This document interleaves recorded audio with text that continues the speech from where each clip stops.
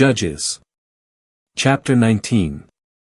Now in those days, when there was no king in Israel, there was a certain Levite dwelling in the far end of the hill country of Ephraim. And he took for himself a concubine from Bethlehem in Judah. But his concubine went about as a harlot, and she departed from him to her father's house, to Bethlehem in Judah, and she was there for a period of 4 months. Then her husband rose up and came after her to speak to her affectionately and to bring her back, bringing with him his young man and a pair of donkeys. And she brought him into her father's house, and when the father of the young woman saw him, he rejoiced to see him. And his father-in-law, the father of the young woman, detained him, and he stayed with him 3 days. So they ate and drank, and they spent the night there. And on the 4th day, they rose up early in the morning and got up to go. But the father of the young woman said to his son-in-law, "Sustain yourself with a morsel of bread, and afterward you can go." So they sat down, and the two of them ate and drank together. And the father of the young woman said to the man, "Will you not, I beg you, stay overnight and let your heart be merry?" And the man got up to go, but his father-in-law urged him, and he spent the night there again. Then on the 5th day he rose up early in the morning to go, but the father of the young woman said, "Sustain yourself, I beg you, and linger until the day has declined." So the two of them ate. And when the man got up to go, with his concubine and his young man, his father-in-law, the father of the young woman, said to him, "Look now, the day is waning toward evening, spend the night, I beg you. Look, the day is drawing to a close.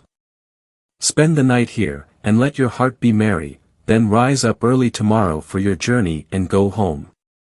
But the man did not want to spend the night, so he rose up and left.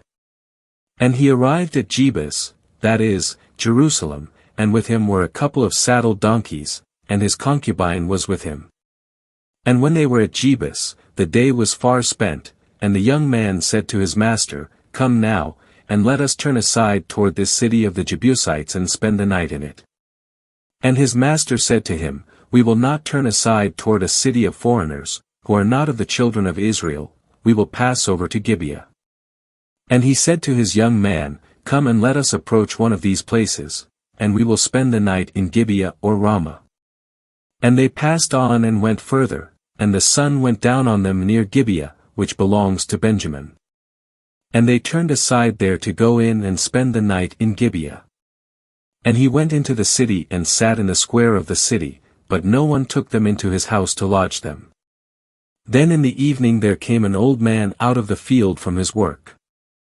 Now the man was from the hill country of Ephraim, and he was a sojourner in Gibeah. And the men of that place were Benjaminites.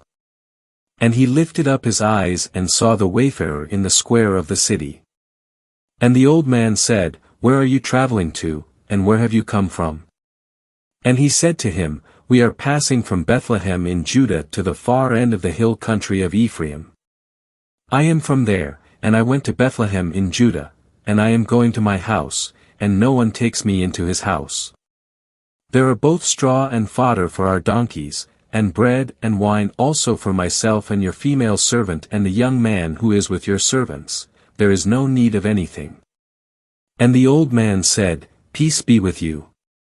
Just let all your needs come upon me, just do not spend the night in the square." And he brought him to his house and gave his donkeys fodder, and they washed their feet, and ate and drank. And while they were making their hearts merry, the men of the city, worthless men, surrounded the house, beating on the door. And they spoke to the master of the house, the old man, saying, "Bring out the man who went into your house that we may know him." And the master of the house came out to them and said to them, "No, my brothers, do not do this evil thing, I beg you. Since this man has come into my house, do not commit this folly. Here is my virgin daughter and his concubine. Let me bring them out, I beg you, and humble them and do to them what seems good in your sight. But to this man do not do such folly." But the men did not want to listen to him, so the man took hold of his concubine and brought her out to them, and they knew her.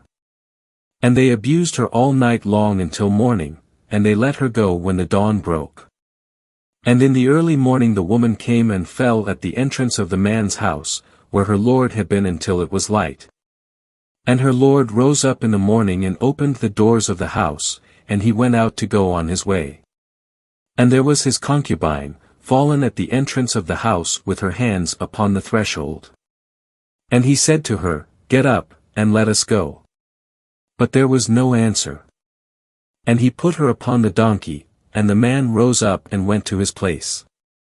And when he came to his house, he took a knife and laid hold of his concubine and cut her up limb by limb into 12 pieces, and he sent her throughout all the territory of Israel. And when everyone saw this, they said, No such thing has ever happened or been seen since the day the children of Israel went up out of the land of Egypt until this day.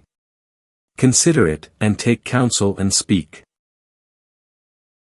Judges. Chapter 20. Then all the children of Israel went out, and the assembly gathered as one man unto Jehovah at Mizpah, from Dan as far as Beersheba, with the land of Gilead. And the leaders of all the people, of all the tribes of Israel, presented themselves in the congregation of the people of God, 400,000 footmen who drew the sword. Now the children of Benjamin heard that the children of Israel had gone up to Mizpah. And the children of Israel said, Tell us, how did this evil thing happen? And the Levite, the husband of the woman who had been murdered, answered and said, I and my concubine came to Gibeah, which is in Benjamin, to spend the night. And the men of Gibeah rose up against me and surrounded the house at night to get me. It was me that they intended to slay, but they humbled my concubine until she died. Therefore I took hold of my concubine and cut her up and sent her throughout all the land of Israel's inheritance, for they have committed wickedness and folly in Israel. Behold, all you children of Israel, give your advice and counsel here. And all the people rose up as one man, saying, None of us will go to our tents, nor will any of us return to our houses.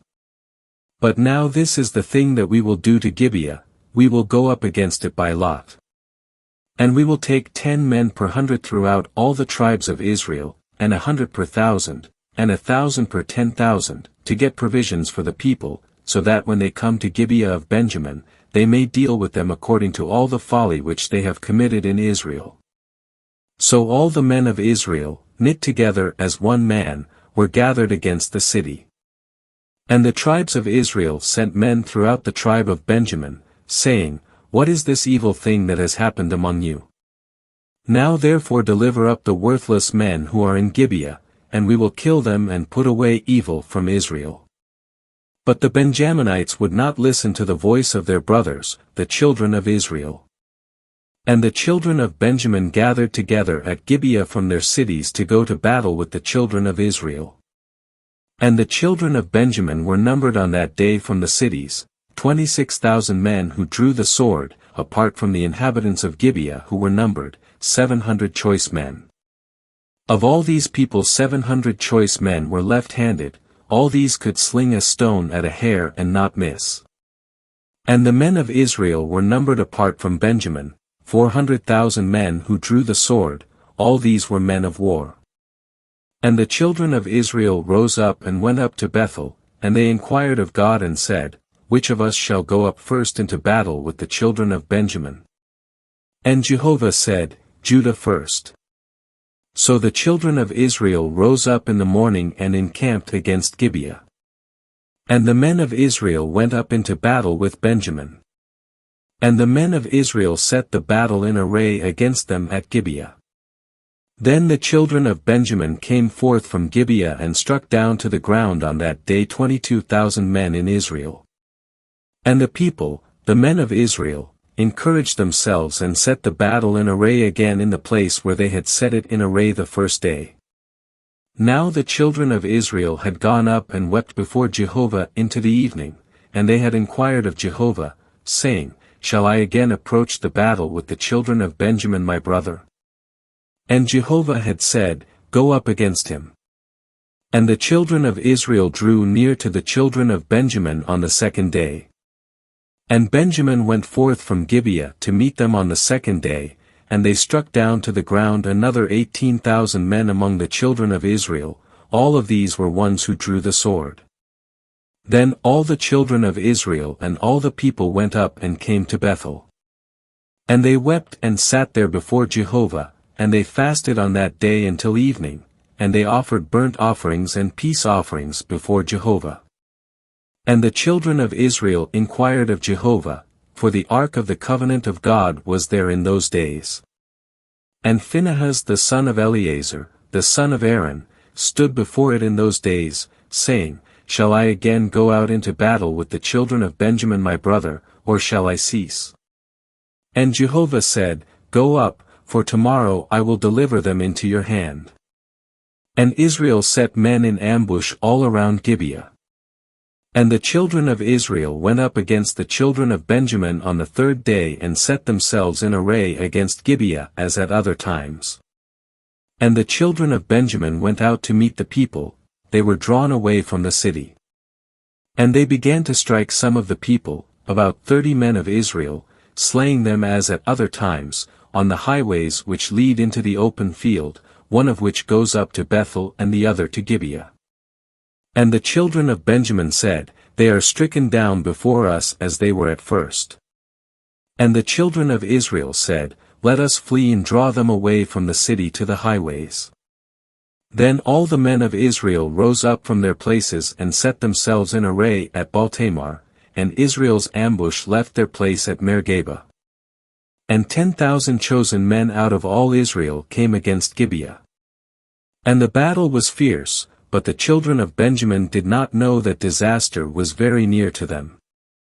And Jehovah struck down Benjamin before Israel, and the children of Israel destroyed 25,100 men of Benjamin that day. All these were ones who drew the sword. And the children of Benjamin saw that they were stricken down. Now the men of Israel had given ground to Benjamin, for they trusted in the ambush that they had set against Gibeah. And the ambush hurried and rushed against Gibeah, and the ambush proceeded and struck the whole city with the edge of the sword. And the appointed sign between the men of Israel and the ambush was that they would make a great cloud of smoke rise up from the city. And the men of Israel turned into the battle, and Benjamin began to strike, killing about 30 men among the men of Israel, for they said, They are certainly stricken down before us as in the first battle. But when the cloud began to go up from the city like a pillar of smoke, the Benjaminites looked behind them, and there was the whole city, going up in smoke to heaven. And the men of Israel turned, and the men of Benjamin were dismayed, for they saw that disaster was very near to them. Then they turned before the men of Israel into the way of the wilderness, but the battle overtook them, and those from the city struck them down in between. They surrounded the Benjaminites, chased them, and trampled them at the resting place, as far as over against Gibeah toward the setting of the sun. And 18,000 men of Benjamin fell, all of these were men of valor. And they turned and fled into the wilderness to the rock of Rimmon, but the men of Israel gleaned 5,000 of them in the highways, and they pursued after them as far as Jittim and struck 2,000 of them. So all who fell of Benjamin on that day were 25,000 men who drew the sword, all of these were men of valor. But 600 men turned and fled into the wilderness to the rock of Rimmon, and they dwelt at the rock of Rimmon 4 months.